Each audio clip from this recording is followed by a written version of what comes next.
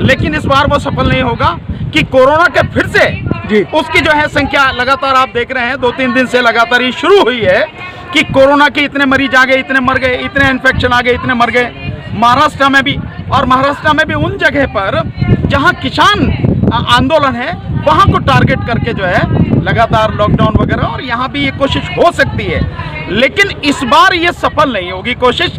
ये आंदोलन जो इसका लक्ष्य है उस लक्ष्य को पूरे किए बिना किसी भी हालत में बंद नहीं होगा। लेकिन वकील साहब, आपको नहीं लगता अब किसानों को भी अपनी रणनीति में थोड़ा बदलाव लाना चाहिए? नहीं तो कर रहे हैं हम रणनीति में बदलाव, आपने देखा नहीं, आपने कवर नहीं किया।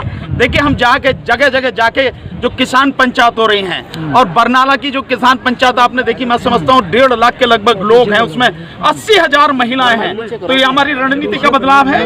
हमारी ये रणनीति का बदलाव है कि गर्मी से कैसे बचा जाए, हम उसकी पूरी व्यवस्था कर रहे हैं, क्योंकि गर्मी आगे पड़ने वाली है। ये हमारी रणनीति है कि गर्मी अब आ रही है, फसल भी पकने वाली है, फसल भी काटी जाए, वो भी घरों में लाई जाए, और साथ साथ आंदोलन भी मजबूत हो, और इसके साथ साथ किसान पंचायत भी चलती रहे। ये हमारी रणनीति का हिस्सा है। कृषि मंत्री ने उसको तो काउंटर पॉइंट कर देना कि भीड़ से कानून वापस नहीं। ना वो तो डरा हुआ व्यक्ति कह ना, जो भीड़ से क्या होगा, मैं कहना दिखाने के लिए कि नहीं हम पे भीड़ से फर्क नहीं पड़ता। अगर भीड़ से फर्क नहीं पड़ता तो पश्चिमी उत्तर प्रदेश में अपने मंत्रियों को क्यों भेज रहे? जो आपके राज्य के मंत्री हैं वो जा रहे हैं उत्तर प्रदेश वाले, और आपके केंद्र के मंत्री जा रहे हैं। अब सारे नेताओं को आप लेके जा रहे हैं, क्यों जा रहे हैं आप? और क्यों आप जब जा रहे हैं तो क्यों लगातार जो गांव के लोग हैं उन्होंने गांव के बाहर ही लिख दिया है कि बीजेपी के नेताओं का इस गांव में आना सख्त मना है। आपको समझाने जा रहे हैं ना, वो कह रहे हैं। नहीं, हमें समझाने की जरूरत नहीं है, समझने की उन्हें जरूरत है। हम खूब समझते हैं और हम लगातार लोगों को समझा रहे हैं। और धन्यवाद आप सबका, सोशल मीडिया के आप सारे साथियों का दिल से धन्यवाद कि आपकी बदौलत लोगों को ये बातें समझ में आ रही है, कानून समझ में आ रहे हैं कि कानून हकीकत में है क्या, और सरकार किस तरह से उनके साथ धोखा कर रही है, कैसे इस देश को तबाह और बर्बाद करने पर तुली हुई है। सर, आप जैसे लोग कहते हैं सीधी उंगली से घी नहीं निकलता, तो कब तक सीधी उंगली रहेगी आप लोगों की? नहीं, जब तक जो है मतलब लगेगी कि हाँ भाई अभी सीधी उंगली से निकल सके, जब तक सीधी रहेगी। जब जरूरत पड़ेगी तो फिर आगे देख लेंगे। 256 किसान शहीद हो चुके हैं। देखिए पीपल साहब, जब संघर्ष चलता है, संघर्ष में कुर्बानी होती ही है, ये सच है।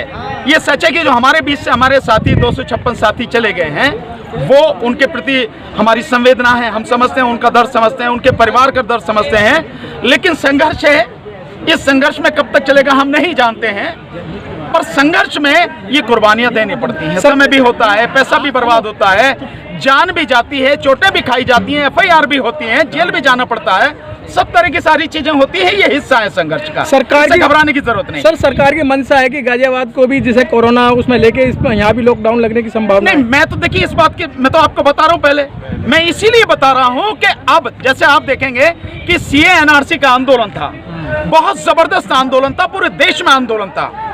मोदी जी ने 4 घंटे के टाइम देके और पूरे देश में लॉकडाउन कर दिया।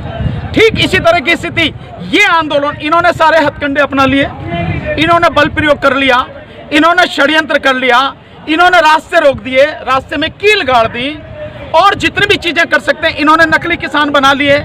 उन नकली किसानों से, किसान संगठनों से बात करने की बात कर रहे, तब तो कहीं भी नजर नहीं आ रहा कोई भी। तो जितने भी हथकंडे ये अपना सकते थे इन्होंने मुकदमे बना दिए, लोगों को गिरफ्तार भी कर रहे हैं, जेल में भी डाल दिया है, पिटाई भी कर रहे हैं। उस सब के बावजूद भी आंदोलन दिन प्रतिदिन और मजबूत और व्यापक होता चला जा रहा है पूरे देश में। तो सरकार की इन बातों से कोई फर्क नहीं पड़ेगा, जो भी कर ले। और इसीलिए जो ये सब अब जिनसे फर्क नहीं पड़ा, तो अब ये कोरोना का ये नया जो काम है वो कोरोना की वजह से ही, चाहे गाजियाबाद हो सकता है NCR कर दें, गाजियाबाद से काम नहीं चलेगा, क्योंकि आंदोलन तो सारा NCR में है। अगर आप सिंगू बॉर्डर जाएं वो भी NCR में है, आप टिकरी बॉर्डर जाएं वो भी NCR में है, आप अगर उधर चले जाएं शाजापुर बॉर्डर पर वो भी NCR में, पलवल वाला भी NCR में, और ये तो है ही है NCR में। तो NCR में और दिल्ली में ये लॉकडाउन कर सकते हैं, कोरोना का बहाना लेके इस आंदोलन को खत्म करने का प्रयास करेंगे। पर मैं आपके माध्यम से सरकार को एक चेतावनी दे रहा हूं कि जो उसने SCA NRC में किया वो अब यहां सफल नहीं होगा, चाहे कितनी भी कोशिश कर लें। हमें मालूम है कि कोरोना असलियत में कुछ नहीं है, केवल सरकारी कोरोना है, और सरकारी कोरोना ये सिर्फ लोगों को तबाह करने के लिए, और जो उद्योगपति पूंजीपति हैं उनके लिए नीति बनाने, कानून बनाने, उनको फायदा पहुंचाने के लिए ये सारी चीजें की गई हैं। मेन स्ट्रीम मीडिया और कुछ नहीं है सर। मेन स्ट्रीम मीडिया बार बार ये दिखा रहा है टेंटों में लोग नहीं है और यहाँ जनसंख्या कम है। नहीं, मैं आपसे एक चीज बार बार कहता हूँ, मेन स्ट्रीम मीडिया आप हैं कपिल साहब और पिपल साहब, आप हैं, ये गजेंद्र हैं, राहुल जी हैं, ये सारे के सारे साथी मेन स्ट्रीम मीडिया आप हैं। आज की तारीख में जिस मीडिया की बात करें वो तो दलाल और गुलाम मीडिया, और उसे अब कोई देखता नहीं है। अगर लोगों को फैक्ट कंफर्म करने होते हैं तो वो सोशल मीडिया को देखता है, उन्हें नहीं देखता। उन्हें जान मालूम है सारी। और जो दिखा रहे हैं कि तंबू, ये तो तंबू कहीं गाड़ के कहीं भी दिखा दो आप, और बाहर से देख के भाई आदमी नहीं देखे, देखो खाली पड़े तंबू, कोई नहीं है इसमें। अंदर जाके देखो ना कि तंबुओं में कितने लोग बैठे हैं, यहाँ आके देखो ना कितने लोग हैं। ये सिर्फ एक उनकी टैक्टिस है जिसमें वो पूरी तरह से फेल हैं, और किसी भी हालत में उनकी ये टैक्टिस सफल नहीं हो सकती। लेकिन वकील साहब, जिस प्रकार से अब सरकार से बातचीत बंद है किसानों की, आपको नहीं लगता कि किसानों में हताशा बढ़ेगी? नहीं, बिल्कुल भी नहीं किसानों में हताशा। एक को भी बता दो, एक किसान में इस बात से कोई हताशा हो। आप सारे के सारे मीडिया के साथी हैं, मैं आपसे रिक्वेस्ट कर रहा हूं, ढूंढ के लेके आओ, पकड़ के लेके आओ कि देखो इसमें हताशा है। एक भी किसान साथी में कोई हताशा नहीं है, बल्कि अब वो दुगने जोश से काम कर रहा है, क्योंकि उसे मालूम हो गया है जिस तरह से जो मोदी सरकार के मंत्री हैं, नेता हैं, बीजेपी के नेता हैं, इनके लिए सरकार जो पब्लिक है उसका विरोध लगातार सामने आ रहा है। और आप ही लोग दिखा रहे हो सर, बातचीत का रास्ता तो खोलना पड़ेगा। नहीं, बातचीत का रास्ता सरकार को जब खोलना हो खोल ले, हमें कोई दिक्कत नहीं है। और वैसे हकीकत में इसमें बातचीत करने की कोई जरूरत भी नहीं है। कानून वापस लेने हैं, जरा सी देर का काम है, वापस लो, बात खत्म। बात ही क्या करनी है? और अगर बात करने वाली बात है तो सरकार करे, हमने कभी मना नहीं किया बात करने के लिए।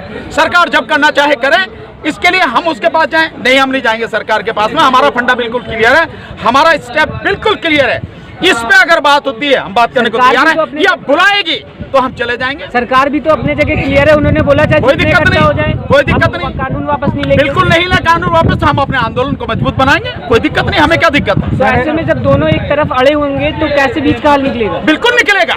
जिसकी ताकत बढ़ती चली जाएगी, जो व्यापक होता चला जाएगा, जो मजबूत होता चला जाएगा, निश्चित रूप से उसके सामने कमजोर को झुकना ही पड़ेगा। और इस समय सरकार जो है कमजोर है, और आने वाले समय में सरकार और भी कमजोर होगी। इसलिए सरकार को ही अंततः झुकना पड़ेगा, कानून वापस लेने पड़ेंगे। सर, डिजिटल मीडिया के ऊपर सर ट्विटर पर 3 दिन से ट्रेंडिंग कर रहा है बाकायदा कि मोदी जी रोजगार दो। युवा क्या आप जाग चुका है? नहीं, युवा तो मैं समझता हूँ जब उन्होंने वो मनाया था 17 सितंबर को राष्ट्रीय रोजगार दिवस, तब भी जाग रहा था। लेकिन एक चीज मुझे समझ में नहीं आई कि ये ट्विटर पे क्यों जागता है युवा, ये युवा सड़क पे क्यों नहीं जागता, ये सड़क पे क्यों नहीं भागता, ये मेरी शिकायत है। अगर युवा साथी मेरे से नाराज हो कोई दिक्कत नहीं है, पर मेरी शिकायत है, एक बड़े भाई होने के नाते मैं उनसे कहना चाहता हूँ, जब तक आप सड़क पर नहीं आओगे, जब तक अपने आंदोलन को जन आंदोलन नहीं बनाओगे, क्योंकि इस देश में युवाओं की बेरोजगारी की समस्या वाकई में बड़ी भयानक समस्या है, उसके लिए उन्हीं को आना पड़ेगा। तो वो ट्विटर छोड़ के, फेसबुक छोड़ के, व्हाट्सएप छोड़ के, यूट्यूब छोड़ के सड़क पे आना चाहिए सबको इकट्ठा होके, तब ये सरकार जो है उनकी बात मानेगी, तब ये सरकार झुकेगी। यूपी सरकार ने बजट पास किया है, उसमें कल उन्होंने एक बड़ा बयान दिया है कि हमने यहाँ पे यूपी वालों की आय दोगुना कर दी है। कैसे दोगुना करी है ये नहीं बताया उन्होंने। कहने में क्या होता, मैं ये कहता हूँ कि किसानों की आय 5 गुना हो गई, इससे फर्क क्या पड़ता है? आप बताएंगे कि आंकड़े कैसे होते हैं। मैं आपको एक तरीका बताता हूं, उससे आप समझ लेना। आपने अच्छी बात छेड़ दी तो एक आंकड़ा आपको दे देता हूं, एक ही दूंगा मैं, बढ़िया। इस मोदी सरकार के समय में मोदी सरकार पहले ही दिन से कहती आ रही कि हम किसानों की आय दुगनी करेंगे। पहले 5 साल की बात करी, फिर उन्होंने 2022 का टारगेट कर दिया, 2021 चल रहा है। इस 2021 तक किसानों की आय इस मोदी शासन काल में 35% कम हो गई। मतलब ऐसे समझे आप, अगर 100 रुपए इनकम थी 2014 से पहले, आज की तारीख में वो 65 रुपए हो गई। 35 रुपए कहां गए पता नहीं, ये कम हो गई उसकी इनकम।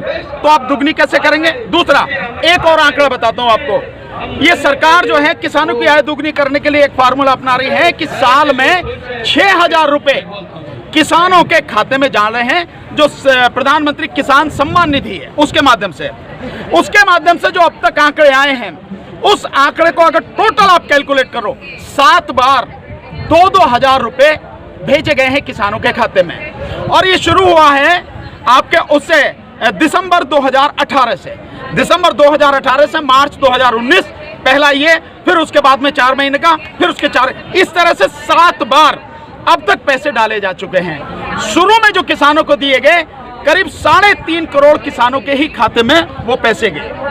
और किसान कितने हैं? सरकारी आंकड़े के हिसाब से इस देश में 14 करोड़ 64 लाख किसान हैं, जिसमें सरकार के हिसाब से 12.5 करोड़ किसान छोटे किसान है, यानी जिन पर 2 हेक्टेयर से कम जमीन है। मतलब 2 हेक्टेयर का मतलब हो गया कि उन पर 5 एकड़ से कम जमीन है, या अगर बीघा में कहो तो 25 बीघा से कम जिस पर जमीन है वो किसान छोटे और मझोले किसान है। उन 12.5 करोड़ किसानों को सरकार किसान सम्मान निधि देती है। अभी तक जो मैक्सिमम सरकार दे पाई है, मैक्सिमम एक बार में, वो 10 करोड़ 40 लाख की सरकारी आंकड़े, इनकी कंफर्मेशन नहीं है। उनमें से कितने लोगों को मिला है पता नहीं है। सरकारी आंकड़े कहते हैं कि 40 लाख लोगों को, इसमें फर्जी जो लोग हैं 40 लाख, उनके पास किसान सम्मान निधि पहुंच गई है। तो अगर सरकारी आंकड़े भी मान लेते हैं 10 करोड़ 40 लाख इन किसानों को मैक्सिमम एक बार में ये पैसे पहुंचे हैं। इस 7 बार में टोटल अगर हम कैलकुलेट कर रहे हैं तो 1,10,000 करोड़ 1,10,000 करोड़ रुपए इन 7 बार के टर्म में किसानों के पास पहुंचे हैं, अगर सरकारी आंकड़ों को सही मान लेते हैं तो। ठीक है, अब आप देखें जरा, इस सरकार ने 2014 के बाद में जो तेल में वृद्धि करी है, मैं आंकड़े बता रहा हूं, इसको बहुत ध्यान से समझना। इसको जो तेल में वृद्धि करी है, उस तेल से सरकार ने कितने पैसे कमाए? मोदी सरकार ने, राज्य सरकारों का अलग करते हैं, मोदी सरकार ने लगभग 21.5 लाख करोड़ रुपए कमाए हैं। अगर इसमें भी स्टेटों का भी जोड़ दें, राज्यों का भी, तो करीब 31 लाख करोड़ की कमाई ये डीजल और पेट्रोल में पैसे बढ़ा के सरकार ने कमाए हैं।